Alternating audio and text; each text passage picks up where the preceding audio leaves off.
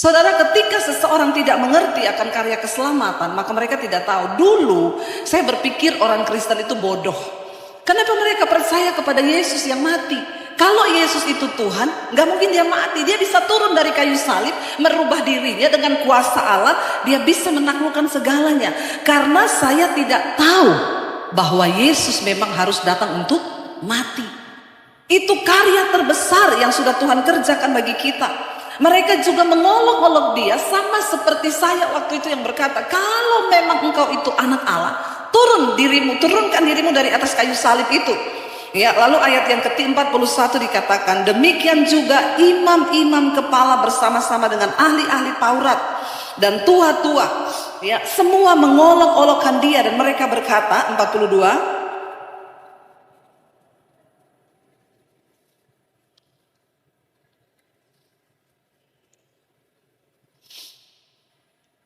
iya, mereka berkata orang lain dia bisa selamatkan, tapi dirinya sendiri dia nggak bisa selamatkan. Ayat yang ke-43, ia menaruh harapannya kepada Allah. Baiklah Allah menyelamatkan dia, jikalau Allah berkenan kepadanya, karena ia telah berkata, aku adalah anak Allah. 44. Saya pengen kita fokus sekarang, saya mulai dari 45. Ini pembahasan kita, tadi itu pembukaan. Yesus mati. Mulai dari jam 12 kegelapan meliputi seluruh daerah itu sampai 3 jam. Saudara, banyak ahli yang berkata itu adalah fenomena alam atau yang biasa disebut adalah gerhana matahari. Tapi itu bisa dibantahkan dengan kita tahu gerhana matahari itu tidak bisa sampai 3 jam. Yang kedua itu adalah saat perayaan, ya, Paskah. Tidak mungkin, kenapa? Karena itu terjadi pada bulan purnama. Tidak mungkin di saat bulan penuh itu akan terjadi gerhana matahari. Jadi sudah terbantahkan. Kenapa saudara? Ya, dikatakan di sana bahwa ya matahari dalam 3 jam itu benar-benar tertutup dan tidak ada cahaya sama sekali di dalam kegelapan. Firman Tuhan berkata dalam Yohanes pasal yang pertama ayat yang ke-9. Di sana Yohanes bernubuat tentang kedatangan Kristus. Injil Yohanes 1 ayat yang ke-9, firman Tuhan berkata begini. Terang yang sesungguhnya yang menerangi setiap orang itu sedang datang, kata Yohanes, ke dalam dunia. Ia telah ada di dalam dunia dan dunia dijadikan olehnya, tetapi dunia tidak mengenalnya. Ia datang kepada milik kepunyaannya, tetapi orang-orang kepunyaannya itu tidak menerimanya. Saudara tahu kenapa saat itu dunia, bumi diliputi oleh kegelapan ketika Yesus disalibkan? Kegelapan artinya apa? Tidak ada terang. Ketika manusia berusaha untuk melenyapkan terang yang sesungguhnya itu, ya, maka alam pun berduka. Ada sesuatu keajaiban yang terjadi, saudara. Ya, mari kita melihat hari-hari ini pun begitu banyak orang sedang bertentangan dengan kebenaran dan mereka berusaha untuk membunuh kebenaran itu. Ketika Yesus dibunuh, saudara, ketika Yesus disalibkan, matahari tidak bersinar 3 jam. Bumi seolah diputar kembali kepada penciptaan yang semula. Semuanya gelap. Bumi sedang diriset ulang. Kenapa? Karena sudah begitu kotor dengan dosa. Kematian Kristus itu meriset ulang, saudara. Semua kegelapan itu akan sirna dengan kebangkitan kematiannya di atas kayu salib. Sebab dialah terang yang sesungguhnya. Tetapi manusia tidak mengenal terang itu. Bahkan mereka berusaha untuk membunuh terang itu. Kenapa matahari? Kenapa saat itu tidak ada cahaya? Tiba-tiba gelap. Saya percaya semua orang melihat saat itu sesuatu yang menakutkan. 3 jam tidak ada cahaya. Sebab dunia sedang diriset ulang. Penciptaan pertama kali dalam kitab Kejadian dikatakan bumi tidak ada cahaya, hanya kegelapan. Yesus datang membawa terang yang sesungguhnya itu ke dalam dunia. Kematiannya di atas kayu salib itu meriset ulang kembali dunia ini, saudara. Kita akan lihat nanti. Ya, dikatakan terang yang sesungguhnya itu yang menerangi setiap orang sedang datang ke dalam dunia, dan ia telah ada di dalam dunia. Dunia dijadikan olehnya dan dunia ini miliknya, tetapi kepunyaannya tidak mengenal dia. Dan lalu di sana dikatakan, saudara, kalau kita lihat ya, kita kembali pada pembacaan kita tadi. Kira-kira jam 3 berserulah Yesus dengan suara nyaring. Matius pasal 27 ayat 46 tadi berkata, kira-kira jam 3 berserulah Yesus dengan suara nyaring, ketika akhirnya cahaya itu kembali menerangi 3 jam. Yesus berseru, Eli, Eli, lama sabachthani. Di sana dikatakan dia berseru dengan suara nyaring yang artinya, Allahku, Allahku, mengapa engkau meninggalkan aku? Dulu ketika saya belum mengenal Yesus, ayat ini sering dipakai untuk menyerang. Kalau memang Yesus adalah Tuhan, kenapa dia berkata, jangan engkau tinggalkan aku? Allahku, Bapakku, kenapa engkau meninggalkan aku? Saudara, seringkali kita lupa kenapa Yesus berteriak seperti itu ketika dia sedang ada di atas salib, ketika dia akan dibunuh, saudara. Karena dia sedang menggantikan posisi saudara dan saya. Dia berteriak, Bapa, kenapa engkau meninggalkan aku? Dia sedang berdiri di atas kayu salib menggantikan posisi saudara dan saya. Di mana seringkali kita itu merasa Tuhan meninggalkan kita ketika kita sedang ada di dalam tekanan. Betapa banyak ibu-ibu yang datang kepada saya dan berkata, Tuhan di mana, Bu? Kenapa suami saya meninggalkan saya? Manusia itu selalu berpikir ketika tekanan datang di dalam hidupnya, persoalan datang, masalah datang, dia dihianati oleh suami, dihianati oleh anak, lalu kita berpikir Tuhan meninggalkan kita. Tetapi itulah konsekuensi dari dosa. Kenapa, saudara? Dosa membuat hubungan kita dengan Tuhan terpisah. Dan inilah keadaan yang paling mematikan bagi seorang manusia. Di saat apa? Waktu hidupmu terpisah dari Tuhan. Kenapa? Karena dialah sumber kehidupan kita. Yesus sedang berteriak mewakili kita kepada Bapa. Bapa, Bapa, mengapa engkau meninggalkan aku? Saudara, saya baru mengerti ketika saya membaca ulang firman ini. Saya baru mengerti ternyata teriakan ini mewakili saya dan saudara. Ketika kita terkungkung oleh dosa, sebab upah dosa itu ialah maut. Tidak ada satupun dari kita yang selamat. Karena semua manusia telah berbuat dosa dan kehilangan kemuliaan Allah. Berapa banyak ketika kita dihianati oleh suami, istri, keluarga. Waktu kita merasa tertekan. Waktu kita sedang mengalami hal-hal berat. Lalu kita berpikir, Tuhan, kenapa engkau meninggalkan aku? Itulah perasaan yang paling membunuh. Ketika kita merasa Tuhan meninggalkan kita. Saya pernah merasakan satu perasaan di mana Tuhan meninggalkan saya ketika kami sekeluarga mengalami tabrakan mobil. Mobil kami hancur 80%, terbalik ke sebelah jalan tol, ditabrak oleh bus yang begitu besar. Saat kami mengalami itu, saudara, puji Tuhan, tidak ada satupun dari kami yang terluka. Bahkan tidak ada setetes darah pun di sana. Itu Tuhan yang luar biasa, yang melindungi setiap kita yang sungguh-sungguh dipanggil. Tetapi oke, saya terima Tuhan melindungi kami. Banyak banget WA yang masuk kepada saya, Bu, introspeksi diri. Kenapa sebagai hamba Tuhan ibu kecelakaan? Kalau memang ibu hamba Tuhan disertai Tuhan, ibu tidak akan kecelakaan. Apalagi ibu sedang pelayanan. Saya sudah tertekan dengan keadaan itu, ditambah dengan WA yang masuk. Bukan mendoakan, tetapi melumpuhkan iman. Dan disitulah saya merasa Tuhan meninggalkan saya. Saya bilang, Tuhan, kenapa engkau meninggalkan aku? Kenapa engkau gak bela saya? Kenapa engkau biarkan saya dipermalukan? Sekarang semua orang menghakimi saya bahwa Tuhan tidak menyertai saya. Saudara, itu adalah perasaan yang paling mematikan. Mungkin hari ini engkau sedang bertanya, Tuhan, kenapa engkau meninggalkan aku? Ekonomi keluargaku sedang terpuruk. Mungkin engkau sedang bertanya, rumah tanggaku sedang kacau balau. Kenapa engkau tinggalkan aku, Tuhan? Dengar baik-baik. Teriakanmu dan teriakanku sudah diwakili Yesus di atas kayu salib. Dia berkata dengan segala penderitaan. Yesus bukan cuma Tuhan yang bisa berbicara, tapi dia juga Tuhan yang merasakan penderitaan saudara dan saya. Karena itu saudara, di dalam Yesaya 53 ayat yang keempat di sana dikatakan, kenapa saya berani berkata dia mewakili saudara dan saya. Yesaya 53 ayat 4 berkata di sana begini saudara, tetapi sesungguhnya penyakit kitalah yang ditanggungnya, kesengsaraan kitalah yang dipikulnya, padahal kita mengira dia kena tulah, dipukul dan ditindas Allah. Tetapi dia tertikam oleh karena pemberontakan kita, dia diremukkan oleh karena kejahatan kita. Ganjaran yang mendatangkan keselamatan bagi kita ditimpakan kepadanya, dan oleh bilur-bilurnya kita menjadi sembuh.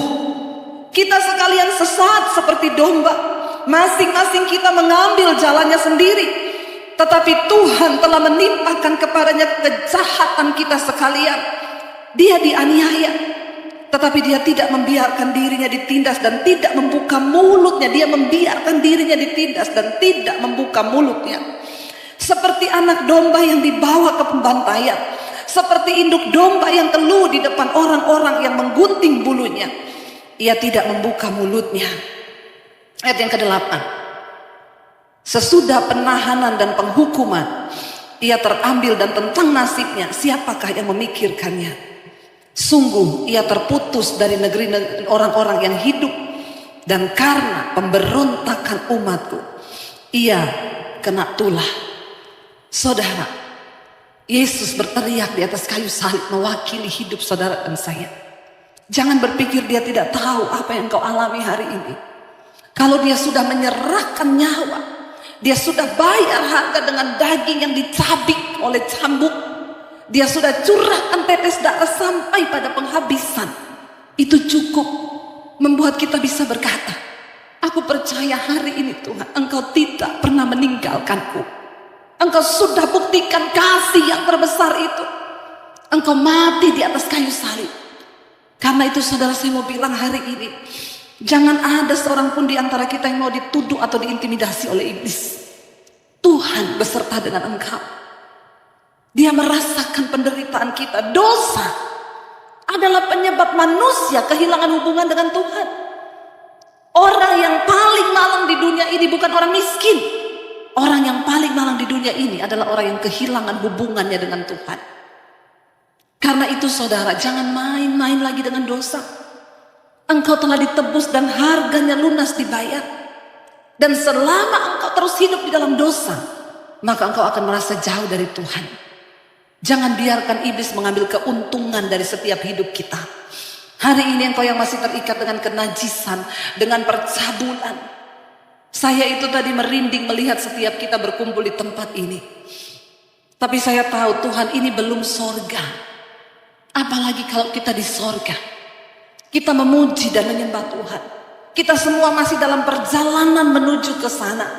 Jaga supaya jangan ada seorang pun di tempat ini yang tidak sampai pada tujuan akhir, yaitu keselamatan yang kekal. Yesus sudah bayar lunas di atas kayu salib. Jangan bermain-main dengan dosa.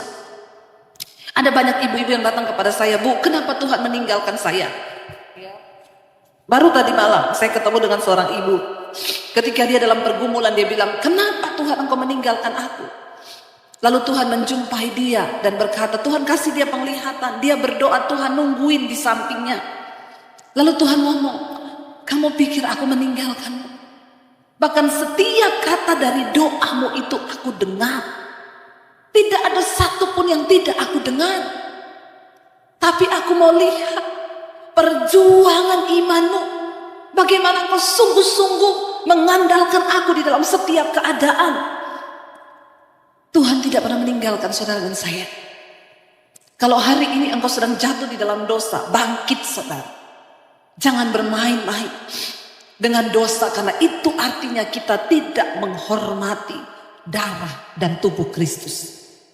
Kita telah ditebus. Yesus mewakili teriakan orang-orang yang merasa hubungannya terputus dengan Tuhan akibat dosa. Sebab akibat dosa itu ialah maut. Tidak ada seorang pun dari kita yang selamat. Tapi ketika kita mau sungguh-sungguh cari Tuhan, Tuhan berkata, carilah aku selama aku berkenan untuk ditemui. Kemarin ada seorang yang datang kepada saya untuk minta dibaptis. Saya tanya, tiba-tiba masuk di HP saya. Maaf saudara, HP saya ini yang masuk WA puluhan ribu. Untuk bisa membukanya pun saya berdoa. Saya meminta maaf kalau saya tidak bisa membalas semuanya karena saya begitu terbatas.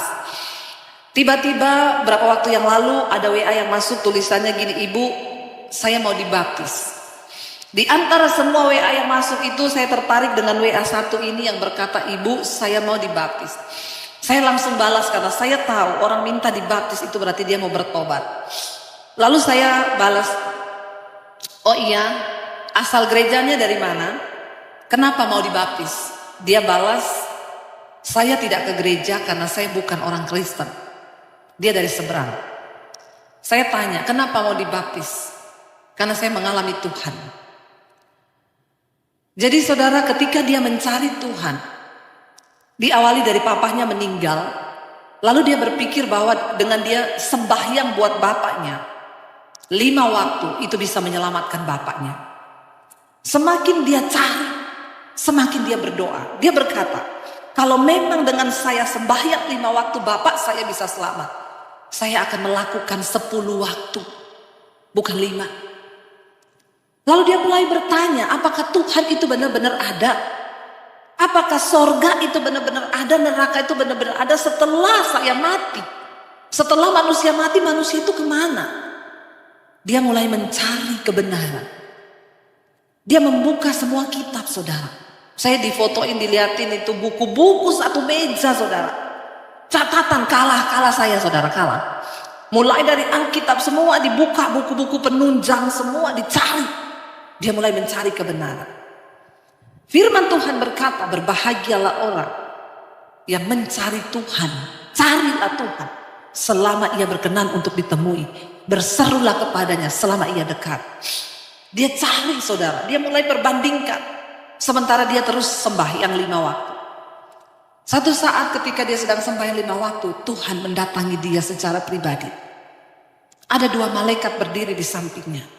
Dan ada sebuah cahaya terang yang memenuhi kamarnya dan dia tidak mampu melihat cahaya itu. Dia hanya tersungkur berlutut sampai ke tanah. Tidak bisa berkata apapun, cuma air mata yang keluar. Dia melihat kemuliaan Tuhan. Dan Tuhan meneguhkan bahwa Yesus itu adalah juru selamat baginya. Yesus yang sudah mati buat dia di atas kayu salib. Yesus yang sama yang mati bagi saudara dan saya. Lalu dia mulai mencari kebenaran. Dia mulai cari di YouTube khotbah-khotbah. Dia cari semua hamba Tuhan. Semua yang dia dengar di YouTube. Yang ada nomor HP. Dia WA semua.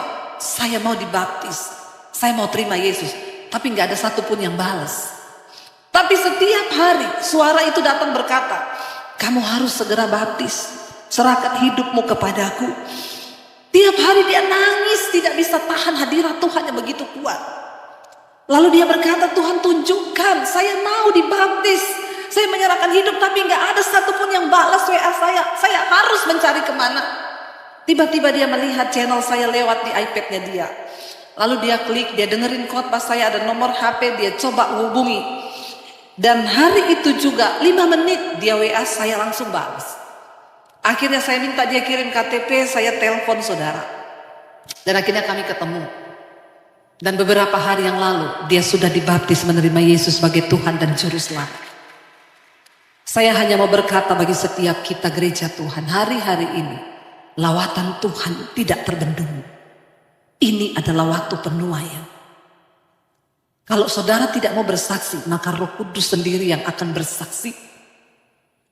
Orang dijumpai Tuhan di dalam kamar-kamar tidur mereka. Kita yang hari ini sedang merayakan kematian Kristus. Jangan sampai Tuhan berkata kepada saya, sampaikan kepada umatku.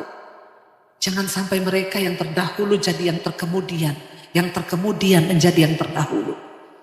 Orang-orang sedang mencari jalan kebenaran. Jangan sampai orang Kristen tertidur dan kita tidak bisa melihat lagi kebenaran itu. Yesus mewakili teriakan kita yang merasa seringkali Tuhan meninggalkan kita. Dia tidak pernah meninggalkan saudara dan saya. Dia selalu ada bagi saudara dan saya. Kita kembali pada firman ini saudara. Dia berteriak dengan nyaring, Eli, Eli, lama sabachthani, yang artinya Allahku, Allahku, mengapa engkau meninggalkan aku? Akibat dosa adalah kematian. Dan Yesus tahu dia sedang menanggung segala kutuk kita di atas kayu salib. Dan itu artinya dia sedang berada di bawah kutuk dosa. Dia terpisah dari Allah. Mendengar hal itu, beberapa orang yang berdiri di situ berkata, ia memanggil Elia. Dan segeralah datang seorang dari mereka. Ia mengambil bunga karang, mencelupkannya ke dalam anggur asam, lalu mencucukkannya kepada sebatang bulu dan memberi Yesus minum. Tetapi orang-orang lain berkata, jangan. Baiklah, kita lihat apakah Elia akan datang untuk menyelamatkan dia. Yesus berseru dengan suara nyaring, lalu ia menyerahkan nyawanya. Yesus mati karena dia menyerahkan nyawanya. Tidak ada yang bisa mengambil nyawa Yesus. Kenapa dia mati? Karena dia menyerahkan nyawanya. Saya percaya kalau dia tidak menyerahkan nyawanya, maka dia tidak akan pernah mati. Apa yang Yesus ucapkan ketika dia saudara, ia sudah diminumi anggur, sudah disalib, lalu dengan suara nyaring dikatakan dia berseru. Apa yang Yesus serukan saat itu? Dia cuma bilang sudah selesai. Dan saat itu dia menyerahkan nyawanya. Saudara, saya percaya Yesus tidak akan pernah mati kalau dia sendiri tidak menyerahkan nyawanya. Yohanes 19 ayat 28 berkata di sana.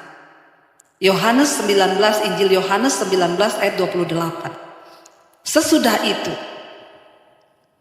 karena Yesus tahu bahwa segala sesuatu telah selesai, berkatalah ia, supaya genap yang ada tertulis dalam kitab suci, aku haus.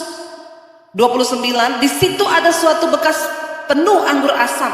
Maka mereka mencucukkan bunga karang yang telah dicelupkan dalam anggur asam pada sebatang hisop, lalu mengunjukkannya ke mulut Yesus. Ini yang lebih lengkap, ayat berkata, sesudah Yesus minum anggur asam itu, berkatalah ia, sudah selesai. Lalu ia menundukkan kepalanya dan menyerahkan nyawanya. Dengar baik hari ini saudara, Yesus sudah menyelesaikan setiap urusan dosa kita di hadapan Bapa. Karena itu hari ini mari kita bangkit dan berdiri berkata, kami mau menjadi umat yang sudah dibebaskan. Kami tidak akan takluk lagi kepada hukum dosa. Kami mau menjadi gereja yang dimerdekakan. Sudah selesai. Jangan kalah dengan kenajisan. Jangan kalah dengan perselingkuhan. Jangan kalah dengan semua pergumulan dosamu. Dekatkan dirimu dengan Tuhan. Saya lupa bersaksi. Orang yang dibaptis kemarin itu, dia perokok saudara, perempuan. Ketika dia mendengarkan khotbah saya yang berkata, tubuhmu itu bait Allah, bait Roh Kudus. Dia berdoa kepada Tuhan. Dia bilang, Roh Kudus, tubuhku baitmu. Aku mau lepas dari ikatan rokok. Dan hari itu juga Tuhan melepaskan dia. Gak ada yang tepuk tangan. Saudara, gak ada yang sulit bagi Tuhan. Waktu engkau berjumpa dengan anugerahnya. Saya melihat betapa luar biasa Tuhan bekerja. Dan dia bukan orang biasa, dia seorang artis. Tapi saya belum bisa bukakan identitasnya. Tuhan itu baik. Tuhan itu luar biasa. Dengar baik-baik, Yesus bilang sudah selesai. Lalu dia menyerahkan nyawanya. Biar hari ini